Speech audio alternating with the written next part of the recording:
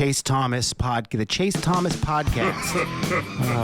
My nephew needs me to record. See, I already hate it. I hate it. All right, hello, and welcome back to another episode of the Chase Thomas podcast, where I'm still the aforementioned Chase Thomas, coming to you live from Knoxville, Tennessee, Everything School HQ. Joining me from SaturdayDownSouth.com, it's Ethan Stone. Ethan, good evening, sir. How are you?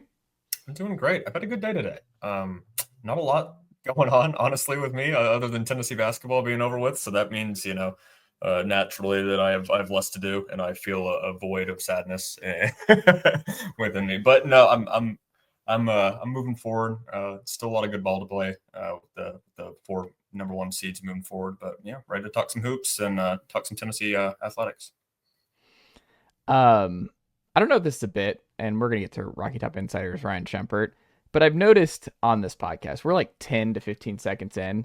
Ryan and Ethan are making it very clear that they're the ones with hair on this program. Just constantly messing with, like, Ethan is just over here like, oh, couldn't imagine not having hair. Couldn't imagine. It's actually, now I know what Ben McKee was feeling like with Grant Ramey just a couple weeks ago. The bullying has started, and we're a minute into this program. We're a minute in. I can't speak for Ryan, but it's actually the exact opposite for me. I want my hair gone. I need to go get a haircut. What is this? I'm messing with it because I feel like it's just everywhere. Well, hold on. That's not gone, Ethan. You're talking about a haircut. You're not talking. You're talking about a trim. You're not talking about the hair being gone. You're not talking about the bald. You're not a bald brother. What is that? I don't want to cut it off, all of it. The fashion choice that you're doing to look fashionable. The choice you made. I gotta make adjustments, otherwise it's too much hair. Goodness gracious, unbelievable. Ryan Schumpert also here, Rocky Top Insider. Ryan, good evening, sir. How are you? I'm doing well. I got Chase already accused me of being in a bad mood today or something to that extent before we started recording. So I got to try to be lively after a very busy couple of days and some. I'm sorry, get a nap in. You know the deal on a Monday night. Portal season, we can't nap. Guys. We can't nap. We can't nap in portal season. You can. They're gonna sign or they don't. Do fans want to know about the portal? Since when do Tennessee basketball and football fans care about the portal? Since when do they track? Whomst among us is locked into Jacoby Gillespie and whether or not he's going to end up at Tennessee, or this person that you made up who played at Virginia, Liam McNeely, I want to say is his name. That's the guy that played at Connecticut and St. Mary's. It's Isaac McNeely. Oh, see? It's just random different white guy. Name generator. It's not real. Yeah, the portal does feel that way sometimes, that it's just random name generator, but the man Pepe Sylvia does not exist, Ryan Schumpert. He does not exist. He's got to get the mail in Pepe's hands. Not only does he exist, everyone's looking for their mail on a daily basis. His name keeps coming back to me. Pepe Sylvia. I got boxes full of Pepe. This is how you break, you get over a Tennessee loss. You get over it. It's just kind of a tough weekend here with Tennessee men's and women's hoops both going down over the weekend. Women in the Sweet 16, the men in the Elite 8. Ryan Schumpert, let's start with you because I think we started with Ethan last week in terms of the instant reactions and your takeaways. What is your face? You're just smirking all what? Why are you smirking so much? My thought was when you said we started with Ethan last week was when Tennessee rolled past UCLA to go to the Sweet 16 for a third straight year. We started with Ethan when Tennessee got the brakes beat off them in the Elite 8. In a truly awful experience. Ryan, let's go to you. I hate it for you, man, but it's called a rotation. I hate it for you. It's completely fair, but that thought is what made me chuckle. Goodness gracious. All right, Ethan, you're up next week, and maybe for a while. Ryan needs a break. Calling me out for smile. Look, I can't do. It's like that Messi song. I'm too down. You're saying I'm not in a good mood today, but then I got a smile on my face. I'm getting called out for it. I can't Ethan, win. He is so mad that I wondered about his mood coming in. He's mentioned it 3 times. unprovoked. He's brought it up 3 times. He is livid. This is we know a pet peeve. Ryan does not like people in his life being like, "What's up with Ryan?" Like, this is clearly a pet peeve. 100%. Guys, I'm not mad about Chase saying I'm in bad mood. I stop saying I'm mad. Please don't put it in the paper that I was mad. Please do not put it in the podcast description that I was mad. Don't do it. Seethin' Chump. Oh man, no, Wow. That was good. That was good podcasting. I'm crying. That was a great observation, Chase. Do not put it in the paper that I'm mad. Perfectly happy, Ryan Schumpert. What was your strongest takeaway from the Tennessee loss here in the Elite Eight against Houston on Sunday afternoon, sir? Yeah, I think it was just kind of a perfect storm where, I think some of the weaknesses on this team all year, Houston was able to exploit. I think you look at the front court and the rebounding, especially from the 4 position from Tennessee, that was not very good down the stretch of the season. When you look at a guy like Joseph Tugler and Jawan Roberts in the Houston front court, you knew for Igor or D-Stone or whoever was playing there, you're like, all right, that's going to be a challenge to rebound. So you have that. And look, I'll give Tennessee a bunch of credit. The last 6 weeks, their offense was significantly better when 3-pointers did not go in than it was in the first, 3.5 months of the season. And they wouldn't have made it to the Elite Eight if they hadn't gotten a lot better there offensively. But at the same time, that still was an area of weakness for Tennessee that you knew could be exploited. And Houston, with their athleticism and their length around the rim, they really did that. I mean, there hasn't been many times this year, at least, that you watch Zakai Ziegler drive to the basket and be like, oh, he's 5'9". It felt like he got a shot blocked more in the Houston game than maybe the rest of the season combined. That's a little bit of a hyperbole. So those areas where, I think Houston was a bad matchup for Tennessee, or they maybe not less of a bad matchup. Houston's just a complete team, so they were able to exploit some of those weaknesses. But at the same time, Tennessee did not play well. Tennessee, I'd said it, written it, that they were the backcourt of Ziegler, Gainey, and Chaz were going to have to drive the bus for them. And obviously Ziegler and Chaz, when they were at their best, had the highest ceiling of those 3 guys. And Gainey did play well, but Zakai had one of his worst games of the season, and Chaz did not play very well and certainly shot the ball very poorly. So a mix of a lot of things where Houston was able to exploit some weaknesses for Tennessee and then some strengths, or at least players that had been really good for Tennessee for the vast majority of the season, and certainly in the NCAA tournament did not play well, and Tennessee was not capable of beating a team as good as Houston with those guys playing poorly. What about you, Ethan? Yeah, pretty much everything Ryan said. I thought that was a good point. I'll touch a little bit on Kentucky. I felt like just in general, Tennessee's game plan and attitude, I guess, coming into that game beforehand, it was really impressive. You go against a Kentucky team that's already beat you twice in the season. I understand the Wildcats were without Jackson Robinson, but I feel like their ability to get Kobe Brea, especially off the 3-point line. And I know Lamont Butler was like 4 or 5, but otherwise the Wildcats they struggled from range, and that made them a little more one-dimensional. It made it so that Amari Williams was the guy that was able to do most of their dirty work. And then moving into the Houston game, I think Ryan just hit the nail on the head there.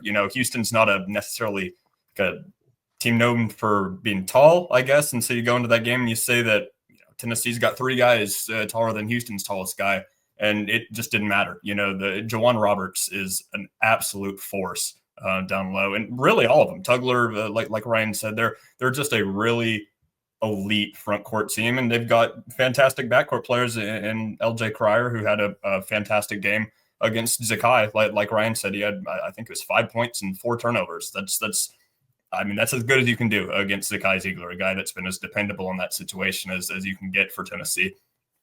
And it just felt like from the jump, and it obviously set the tone. Tennessee scored 15 points in the first half. Defensively, the Vols just looked completely taken out of the game. There was a point, I feel like 8 minutes maybe in the first half, that I turned to who I was watching it with. I was with some of my buddies up in Cincinnati. And I said, I just don't see how Tennessee's supposed to even go about trying to score here. You got Roberts down low, and they're winning the rebounding battle, especially offensively. And even if you do stop them, they're probably going to put it right back up, and they're shooting the lights out at the same time. So it was just a really well played game by Houston. Sometimes you just got to tip the cap. Tennessee got outplayed, and Houston's a 1 seed for a reason, and all 4 1 seeds obviously making the Final Four this year. That shows just how strong the top of the country is. I don't necessarily think one team from those stands out over the other, but all 4 of them are really elite, and Tennessee was going to have to beat one of them at some point. And if they'd beaten Houston, they'd have to beat 2 more. So that's just the reality of the game right now. You got some really, really good teams at the top, and I don't think there's anything for Tennessee to hang their head about necessarily. They played them really well in the second half after they kind of got a little looser from being tight in the first half, but you just wasn't able to dig yourself out of that hole, and you're not going to win a lot of games when you're scoring 15 points in the first half against a team as strong and as stout as this Houston team and what Kelvin Sampson's been able to do there. So I still think, at the end of the day, Tennessee, they had a good, successful season. They, beat Kentucky, one of the better wins in the past 20 years for that Tennessee basketball program, probably in its history for the Tennessee program. And, excited for the future. Can't win them all, but it was fun to watch them, and it was a good season. It's kind of when it's sad you don't get a week. It's crazy that the Kentucky and Houston game happened the same weekend because you don't get to appreciate what Tennessee did to Kentucky for very long. Like in the college football playoff for football, you get a whole, if Tennessee advances and they beat Ohio State, then they get some time to enjoy it. What an upset, what a great moment. And you move forward, and even if you don't ultimately get where you want to go, you still get some time to really appreciate a big win. College basketball, the tournament is just brutal because it's this all-time great win. Kentucky just completely blitzed. You leave no doubt against the Wildcats, and you have a completely different kind of game. I will just say, though, over the last, I was thinking about this year and last year's team because, both ending in the late 8. But what I think is so interesting is that it just Tennessee needed some luck, and the last 2 years were really unlucky for 2 Tennessee teams that were undoubtedly top 8, top 7 teams nationally, back to back. That's hard to do, to have back to back teams that were somewhere in that top 7, top 8 range nationally. And last year, I think they were the 3rd best team in the country, and they were put in a bracket with the 2nd best team in the country. So they missed the Final Four. If that team is on this year's team, if that team last year gets this year's bracket, I think they give Houston real problems that this year's team did not give them. I think last year's Tennessee team would beat this year's Houston team, I think. But I also just think it just kind of, there's some what if stuff to me where I'm man, this Tennessee team, Rick Barnes I think there's no doubt he got every last ounce out of what he had this year. I think this is any fan who's just if not this year, then ever. I'm I don't even think this year's team was better than last year's team. So I think and next year we'll see how they handle the portal. We'll see who still ends up in the boat in the high school ranks and things like that.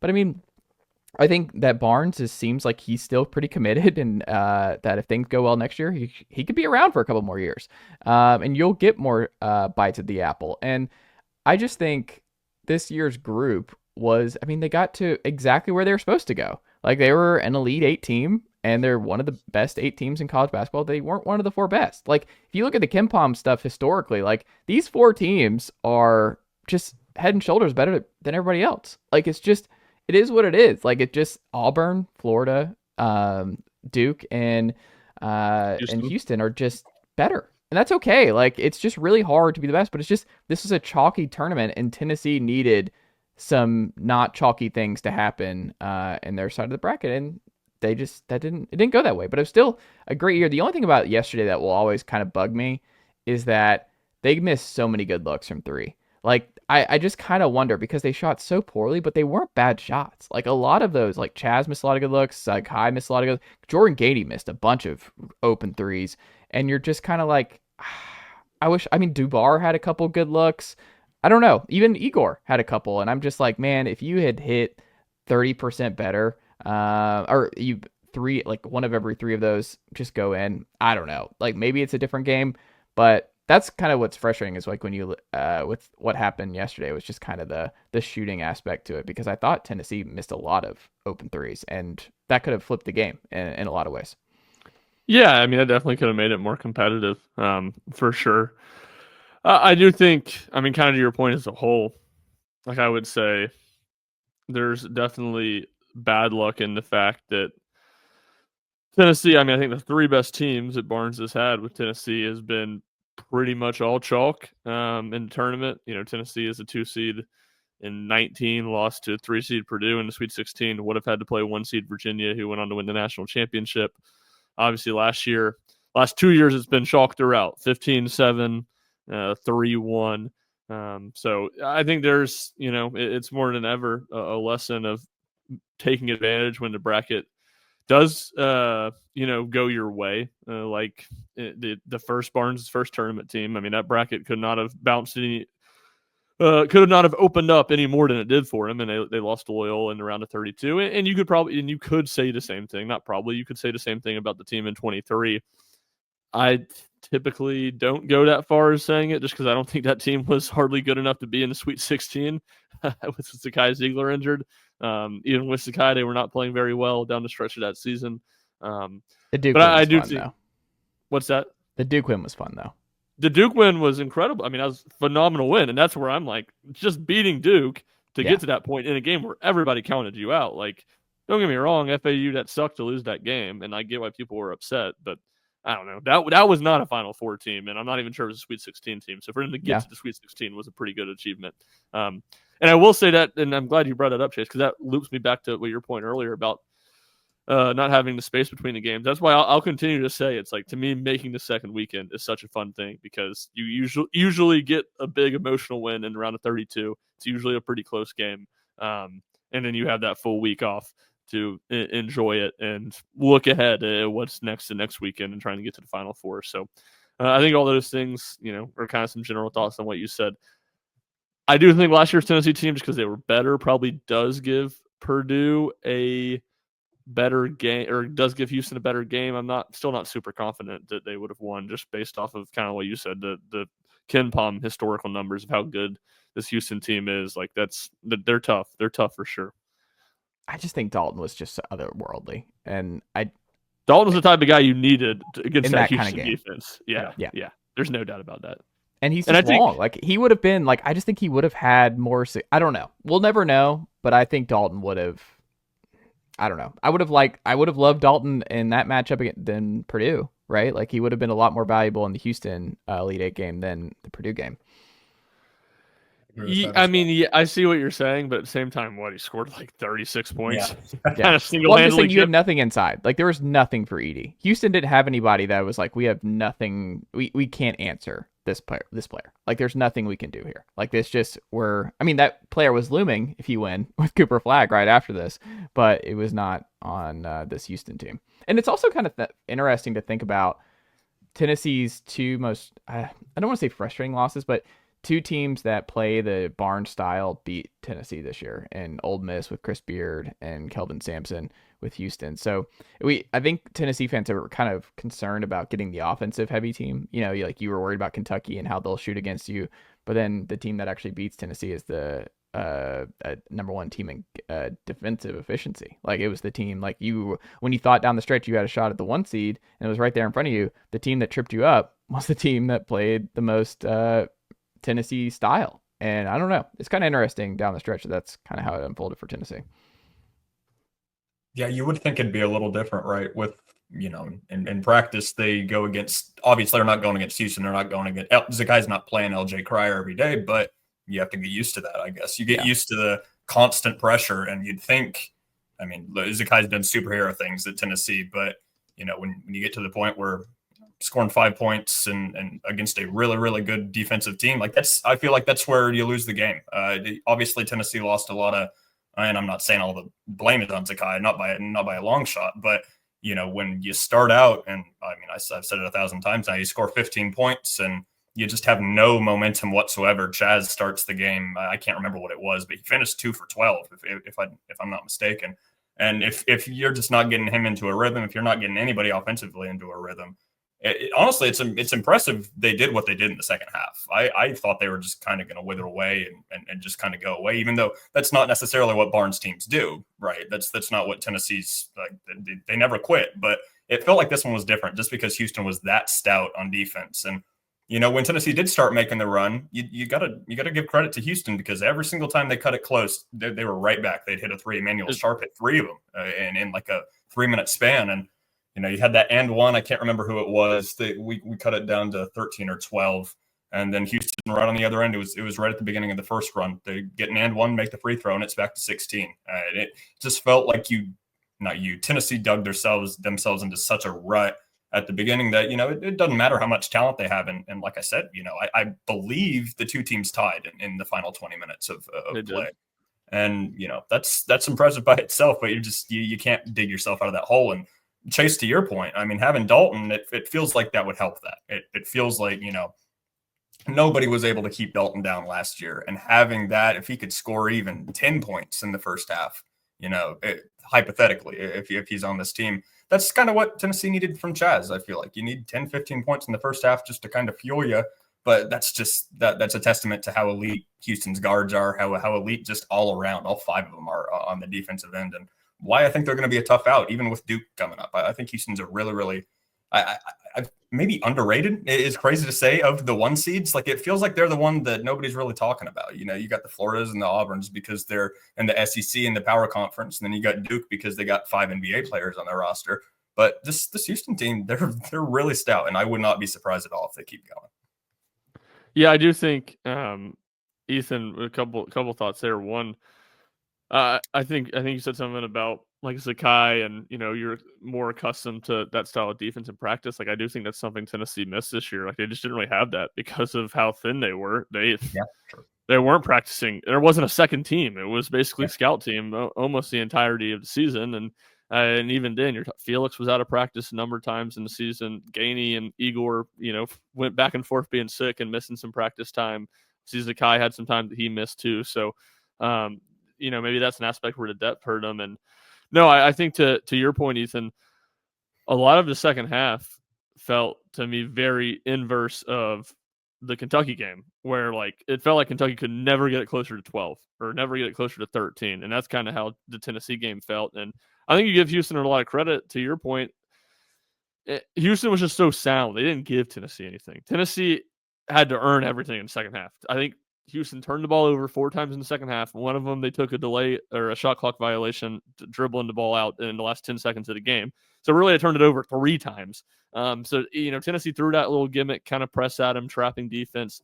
Tennessee did not get easy. They got some stops off of that. And they got a couple turnovers, but they did not get easy buckets off of that. And Houston's just not a type of team we're going to come back from down whatever it was, 19 at halftime. I remember looking up at it was 34-15 at halftime. I remember looking up at the score thinking, all right, realistically, what could Tennessee get to points-wise? They had 15 in the first half. I thought if everything goes well for them, they could maybe get to like 55, which would have been scoring 40 points. And you're like, all right, well, they're going to 55 is best case scenario. Houston can't get more than 21. They basically got to do what you did in the first half. And it's just a very difficult team to come back against with how, one, their play style and how slow the pace is, and 2, how sound they are.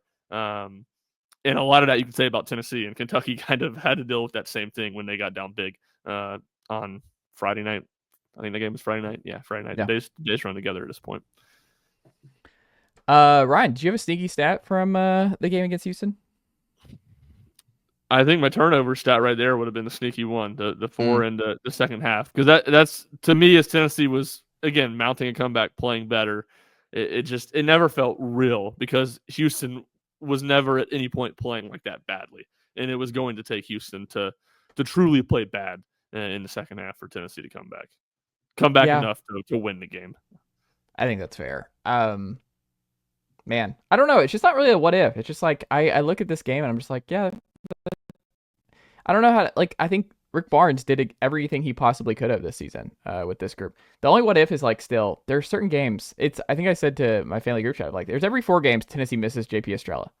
It's just like you didn't miss him when Tennessee's moving, and it kind of reminds me of what you were talking about, Ethan, about Chaz in the first half. It's like you needed, like, how many games this year was it Chaz went off in the first half and then Zakai closed in the second half?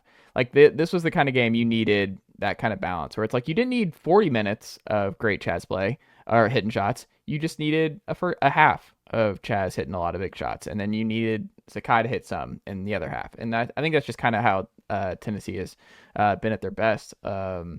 All season long. But I mean, it's just they got this was a super thin team. Like they went to the Elite Eight with just like the Cam Carr departure, no Estrella, Dubar up and down, Bishop Boswell just not ready to contribute consistently as a true freshman. And you just looked up and down this roster and you're like, man, they got every last ounce out of this group. And I think that's fine. I think they were a great story. It was a great ride.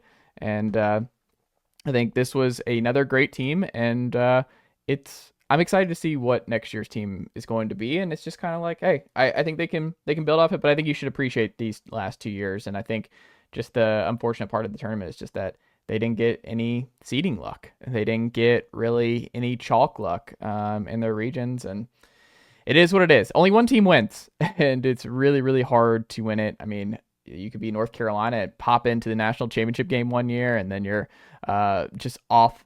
You're completely irrelevant years after. So it's just like, hey, you keep banging on the door. We'll see what happens with Rick Barnes' team. Speaking of just getting back and what it looks like next year, Ryan. So who are some early Vols hoops portal names to know here as we were taping this on a Monday night? Yeah, you mentioned one earlier in Jacoby Gillespie. I mean, that's the big name. You talk about a position of need for Tennessee at point guard. A guy that Tennessee has ties to, just from the standpoint, he's from Greenville, Tennessee, I think 70 miles from Knoxville. So all Big Ten third team, one of the best players in the portal, was a really good player just in general at Maryland this season. So that's a big name to watch. As we're recording this, Isaac McNeely should be rolling into town, flying into town. I guess you roll when you land the plane. But sharpshooter from Virginia, averaged I think 14 points per game, hit over 100 threes last season at a clip over 40%. He visited Louisville over the weekend. So those are two names that I think are probably the biggest right now for Tennessee, and two guys that obviously, well, early in Gillespie's case, less early in McNeely's case, but two guys I think Tennessee's in a pretty good spot for early on. And then, a couple other names that Tennessee has interest in. Jalen Jackson from Purdue Fort Wayne is kind of a combo guard, more of a slasher than a shooter. I don't even know how to pronounce the big man for Robert Morris, the sophomore power forward from Spain, Alvaro. I just call him Alvaro Folgerius, maybe. I'm not really sure how you pronounce his name, but a 6'9" kind of stretch forward. He's a name to watch. And Elijah Freeman from up the road at LMU is another one that I've heard. So those are a handful of names. McNeely and Gillespie kind of being at the top of that list right now, and McNeely being the maybe the most pressing at the moment, just from the standpoint. I think his timeline's a little more sped up than some other guys. So those are some names to watch right now, and obviously a lot of others I'm sure will pop up over the next month, 6 weeks, 8 weeks as Tennessee looks to put a roster together. So how many are we talking here? Do you think they add? Like how many spots? Because last year that was the interesting thing, is like Barnes left some scholarships open, and I'm curious, does he do that again this year? I mean, you've got more of a freshman class coming in with Dwayne Brown. What's his name? Henderson. Troy Henderson, 3-star from New York or New Jersey. Where's he? Virginia, nailed it. He was going to Fordham. So that's what it was. He was going to Fordham. New York tie. And then Amari Evans, who feels like forever ago. This guy has just been forgotten about, who's really good. And he seems like someone who's Brown's forever ago. Dwayne Brown was a long time almost at a year ago. It was during the Kentucky baseball series, which we're coming up on right now. Which I remember the Kentucky baseball series was also when Felix Okpara entered the portal, because I stayed at the same hotel for the Kentucky baseball series that I did for Lexington for basketball, and what a deja vu moment that was. So I'm also curious, like, what if Braden Burt, like, is Tennessee going to have to like be like, hey, Braden, we kind of need to know, because if Braden comes, he's going to be expecting to play at a certain spot, and then you're like, well, like we kind of need to know what's happening because it's going to affect our pitch with McNeely and Gillespie and company.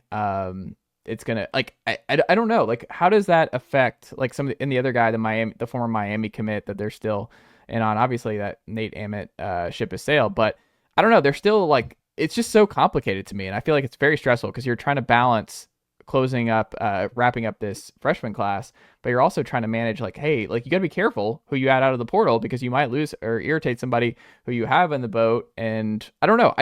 To me, it seems like it's going to be a fuller roster than what we saw this past year. Yeah, no, I agree with that. A couple thoughts. One, I think you almost don't look at, you said like upset guys in the boat. And I knew what you're getting at, but I think it's almost different now where the guys that Tennessee has landed that are coming in, those are your multi-year guys. And Abel is I don't get as much of the feel. Braden Burry is just kind of the same vibe where it's like probably a 1 year guy, maybe you get him for 2 years, which is how these transfers are, where it's like, all right, they're a senior, you get them for 1 year, maybe fifth year gets passing time next year where they can come back for a second year. So I think that's viewed all very the same way at this point. You're not talking about a guy that's going to come in and spend 4 years in the program and you're trying to build through him. I did see Burries today at McDonald's All-American stuff said, wants to do something in the next week or two. So I don't think Tennessee will have to wait too long on a decision there. And I wouldn't be just shocked if Tennessee got him, but my expectation is he's going to stay out on the West Coast. That's kind of that thought. To the thought about the roster itself, I'm really interested to see that too. I don't think you'll see them leave as many spots open. And part of the reason why is last year they had one freshman coming in. So when you were going to fill those spots, it was going to be, you're trying to fill those spots in the portal with guys who are going to expect to play. And I think it's more expensive too, right? Yeah. Compared to like a flyer, for sure more expensive. And I think there was an element of, all right, these are the guys that are going to play. We don't need to go out and spend more money and have to manage the roster and manage people being unhappy during the season because they're not playing more with portal guys. And that's where, I can't remember the guy's name. Maybe was it Tucker Anderson at Central Arkansas that they talked to some who would have been like a developmental piece in the portal. Now this year where you have 3 freshmen already coming in, 2 of them I think are truly developmental pieces. Amari Evans I think can help the team next year. I think the dynamic's different. You kind of already have the guys coming in that are probably going to be those into the bench guys for scholarships, where I think that will allow them to be a little bit more aggressive in the portal and filling the roster, because there are so many roles available, and some of those guys that are taking up scholarship spots already aren't necessarily going to fill a big role next year. Now, it wouldn't shock me still if they didn't have 13 guys, to use their full allotment of scholarships, but I think there's a better chance they do that this year, and I would be surprised if it was like last year where they went into the season with 2 scholarships open.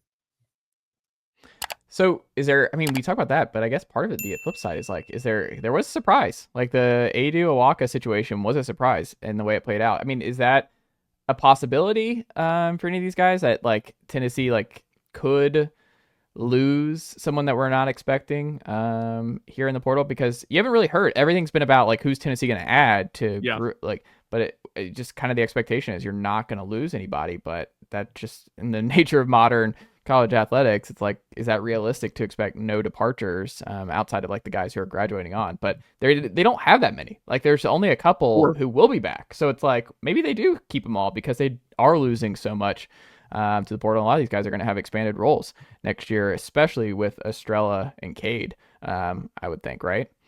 Yeah, no, I mean, it's an interesting spot. I don't, at this time, expect anyone to enter the portal. Like, I haven't heard anything. When I've asked about it, it's been, we think everybody's going to be back. But just the way you said it, it wouldn't be surprising if one of these guys does end up jumping in. So yeah, it's a possibility, but nothing that I'm like for sure expecting, or there hasn't been a lot of rumblings about anyone where, last year and in most years, there's typically rumblings about guys at the end of the bench that by the end of the year, you expect them to enter the portal. Right. To me, go ahead, Ethan. It feels like to me the only one that even kind of makes sense is Cade. I feel like I could see that. I like Ryan. I mean, I don't have any insider information into that, but it feels like it's a similar situation to Tobe. It's a player that's good defensively, doesn't really have a whole bunch offensively as far as post moves.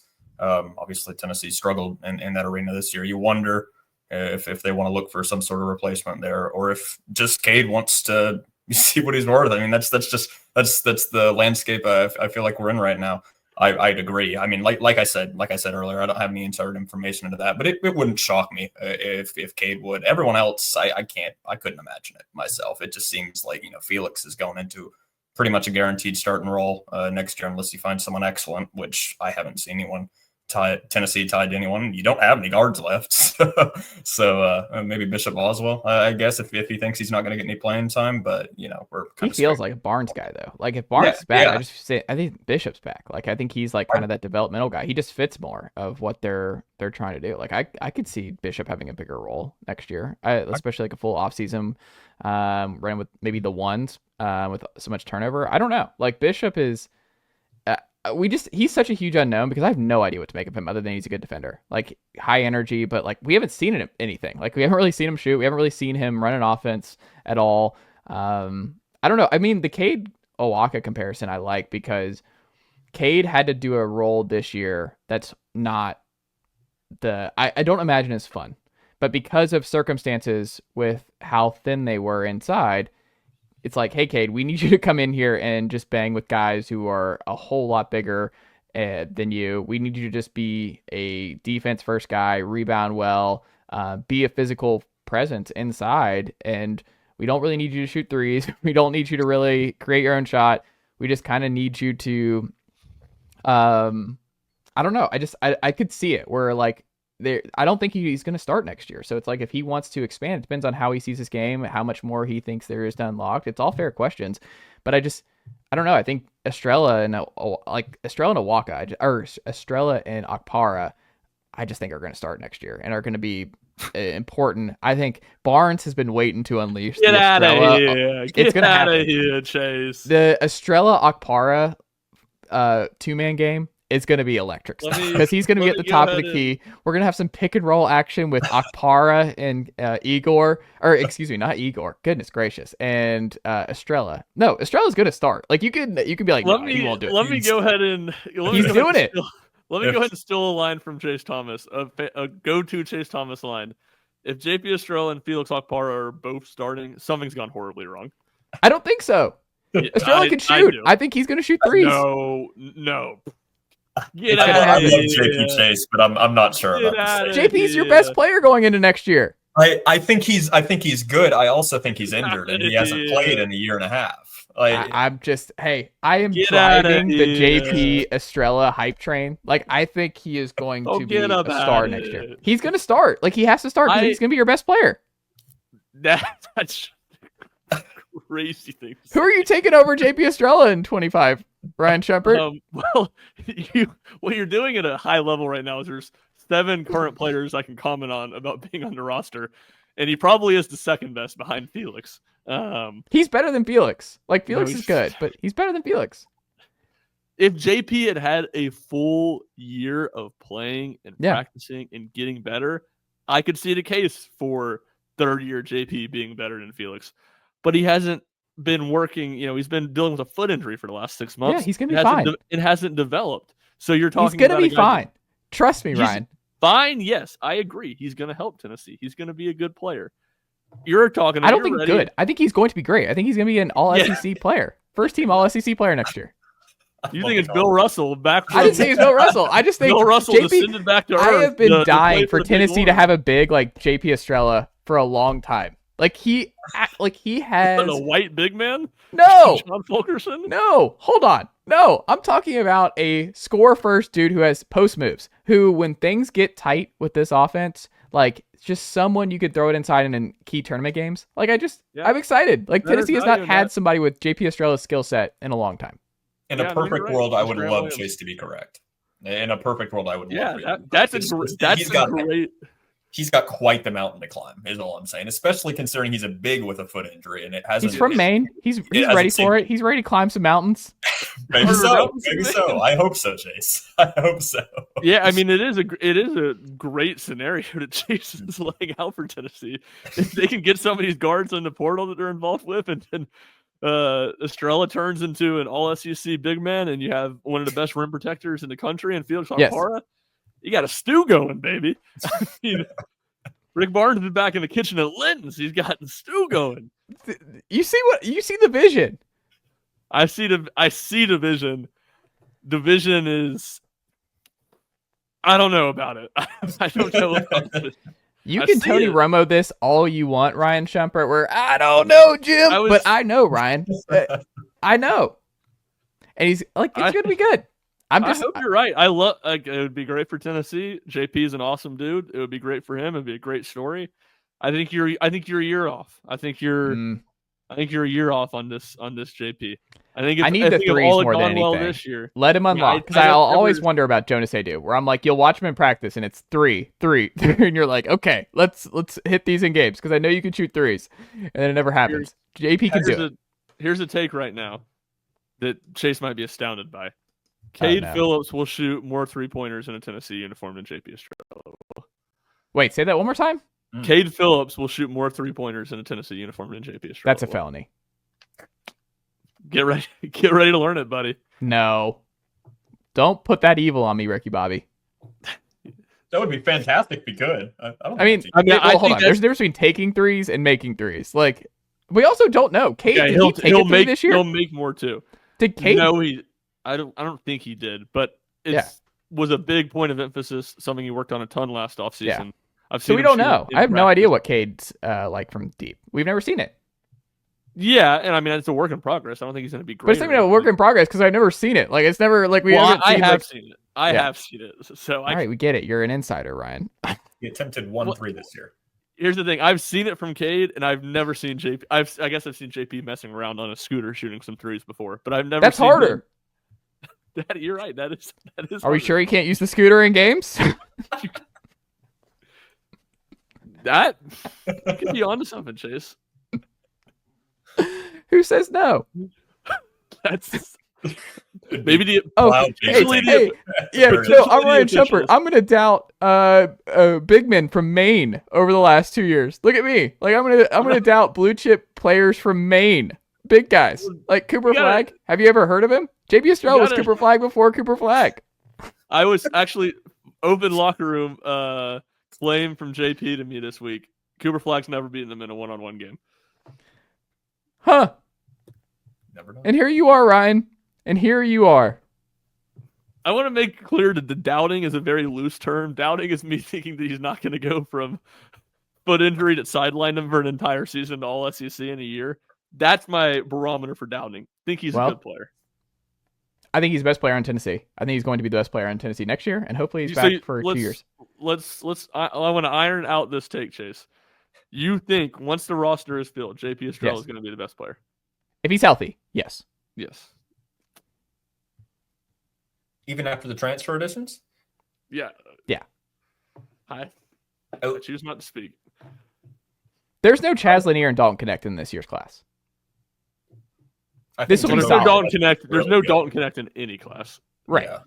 But I'm just saying, like, I don't even think there's a Chaz in this class. I think you're going to have just good players. Like, you're going to get a lot of, like, if you get Gillespie and McNeely, like, those A guys. But, like, you're not getting, it's not the same ceiling, I would say, as what we've seen with Chaz and Dalton the last 2 years. Is that fair? I think it's fair. I'd agree. Dalton, I'd agree. Not with Chaz. I don't. I don't agree with that Jacoby Gillespie cannot be as good as Chaz. Interesting. It's kind of crazy how much McNeely. I mean, I don't know if this would translate. I mean, it's the ACC, I guess it's a power conference school, but it's Virginia, fun, Ethan, talking about the ACC like it's the ASUN because I've done the exact same thing. It's fallen so far. It's fallen so far, but it's kind of like, I mean, I haven't watched McNeely that much this season. The few minutes I have watched, it's kind of creepy how similar his play style, how similar Virginia uses him to how Tennessee uses Chaz. I don't know how that. I have no take other than that. If it would work next year, it's even coming. But they're very similar players. They're very. They used him the exact same way Tennessee used Chaz. And Chase, to your point, I don't think Isaac McNeely would be as good as Chaz Lanier. I think you're right about that. But that is the type of what Chaz gave Tennessee. Is if Tennessee can land McNeely, that's like what they'd be hoping he'd give them, just on a lesser level. Gillespie, McNeely, Amari, JP. That D2 kid is Felix. That's a really good five. No, give me that 5. I think that's Tennessee's best 5 next year, if that's what happens. I will say to your point, if JP actually does start like hitting threes, yeah, like him and Felix on the court together would be lethal. I'm gonna need to see more of that down the road before I'm necessarily jumping on board with that. Doubt the main big men at your own risk, Ryan Schumpert. The main men. Go ahead and trade to work that, man. Because, I mean, NBA, that's the good twin towers trade of the NBA 20 years from now, when we're looking back and you're like, remember when, like, first ballot Hall of Famers, JP Estrella and Cooper Flag? like, remember, like, there was that guy on that Tennessee podcast who was like, I don't know. Cooper Flag, obvious, but JP Estrella, I don't know. That was Ryan Schumpert of Rocky Top Insider. Oof. He's going to be on the ESPN 30 for 30, where they're just playing in the background different clips. Like, and it's just Ryan Schumpert just, he wouldn't start at Tennessee. I don't know. Maybe when he's 26, he'll be ready to go. A lot of Tim Duncan and JP Estrella. There you go. Redeem yourself. Like, yeah, I saw his flashes. Like, I'm not saying he can't be Tim Duncan with Nikola Jokic. I'm just saying, like, give it a year. Just give it time. So Goodness gracious. Final 2 things here for you. Ethan, are you more confident than ever that Barnes will break through at Tennessee and make a Final Four before it's all said and done now? I wouldn't say I'm more confident than ever. I'd say, I think a big part of my answer anyway, just comes from the fact that it feels like Barnes is locked in for at least another year, and who knows how long after that. I'm more confident now than I was 2 weeks ago that Barnes could potentially be here 3 or 4 years down the road. It feels more likely he's here 4 years than next year's last year, right? That's what it feels like to me. Yes, unless things go horribly wrong. I just like I'm not necessarily sure I'm ready to lock in that take, but it feels more likely than not that Barnes will be here for longer than just next season, I guess. Because I feel like it felt, and I'm going to get to the question. I feel like it felt that, with Zakai leaving, with Jemai leaving, all his core guys that he's known for that long, that would kind of, I guess, for lack of a better term, turn him off from wanting to keep competing if he's not going to be consistently competitive. And then you see the guys that Tennessee's being named in the portal for, Gillespie, McNeely, and you never know if you're going to get those guys, but it makes me confident that he's going to be, still competitive, still moving forward with Tennessee as if they're going to go far. I mean, at the same time, I'm not sure I'm more confident because, this Zakai and Jemai, this team was really good, and last year's team was really good, and to get to that point again, it's possible, but I think it's going to be easier said than done in a lot of cases, and I think Barnes will get Tennessee back to the second weekend. I can confidently say that. It just depends on the draw at that point. If Tennessee keeps drawing these chalky 1 seeds, if they keep drawing, the Zach Edey's of the world, I'd say no to your question. But, you get a decent draw, you get to the second weekend, which, like I just said, I feel like is going to happen at least once, probably twice more, because I truly feel that Barnes is going to be competitive for a couple more years. But it's kind of an unknown. It's like you got to get that perfect storm. And I'd say, to answer your question fully, I'm a little less confident, but it's very much still on the table. I don't think the window has closed to the point that I thought it would a month ago if you had told me this is how the season ended. No pressure on Troy Henderson, but we're really going to need you to be a plug and play 4-year guy who becomes the heart and soul of Tennessee basketball to get Rick Barnes here for 4 years. No pressure, Troy Henderson. Assist and steals record, Troy. You got this, brother. Amari Evans, we need you to be souped up to my Meshack right out of the gate here, my friend. No pressure. No pressure. Ryan Schumpert, final one for you. The perfect offseason for Tennessee hoops looks like what, in your estimation? I will say to the last question, I'm not more confident just because of just the math of it. Like, however many more years he coaches, like the core that Tennessee had, like I just have a hard time seeing them not taking a step back this year.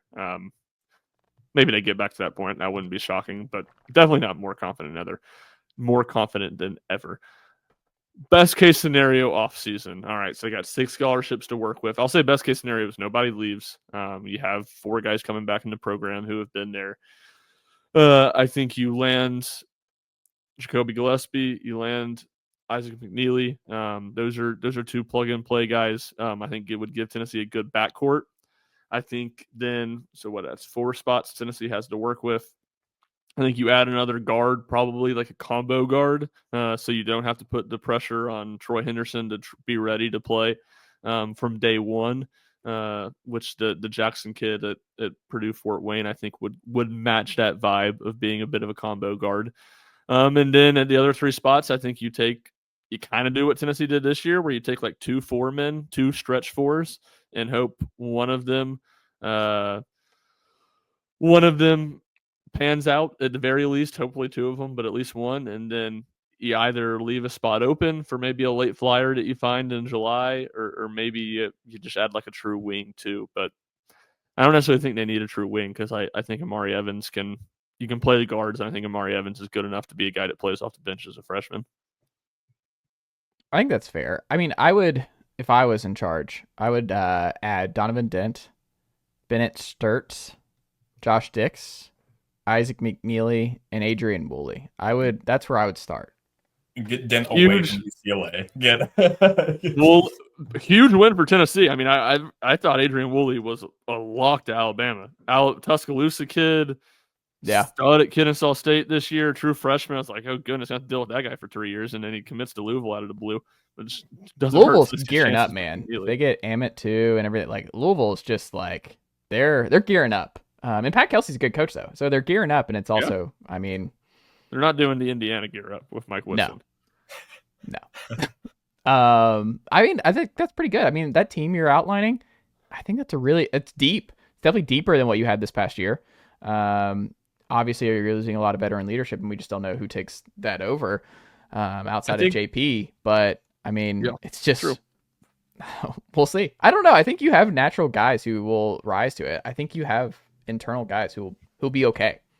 Yeah, I think Cade is that type of guy. Yeah, like 100%. That's why you really can't lose him in the portal. Like he's just someone you kind of need for like just I don't know. He's kind of a force and just kind of a natural leader. Yeah, I think to me, my questions are almost more. It's that aspect 1,000%. It's how does everybody mesh? I mean, you talk about Justin Gainey told me after the game that they lost to Houston that like this was the most connected team that he's ever coached, and it's like, how is that possible? Like y'all had like 4 guys coming back. How is that possible that they were so connected? And I think that's such a testament to Zakai and Jemai, and Jordan Gainey too, but also testament to the transfers they brought in. So I worry about that aspect of it. I would say the thing that I sneakily worries, maybe too strong of a word. I think you're going to put together on paper a good offensive team. I think you're going to put together a team that's going to be good offensively. I just have a hard time thinking the defense doesn't finally take a step back. Not the it's going to just fall apart. I don't think that's going to happen. But the run of 5 straight years now where Tennessee's been top 5 nationally in KenPom adjusted defensive efficiency. I just don't know how you lose the guys that Tennessee's going to lose and have so many new pieces playing in Tennessee's defense for the first time where they can stay that good. Maybe they do. Maybe they prove me wrong. That'd be a pretty incredible testament to coaching and scouting. And certainly you got a great building block with Felix inside. And again, Amari Evans, I think, is a defense stopper who can help day one too. But that aspect of it, I think that raises – I mean, Tennessee's floor has been so high because of how good their defense is. I think that floor goes down because the defense, I just have a hard time thinking can sustain at the level it's been the last 5 years. That's fair. Ethan Stone, what can good folks check out from you and the team over at Saturday Down South this week?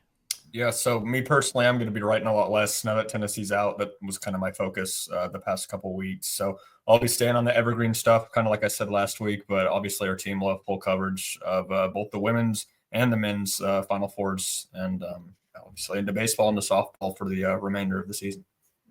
I love it. And what about you, Ryan, over at RockyTopInsider.com?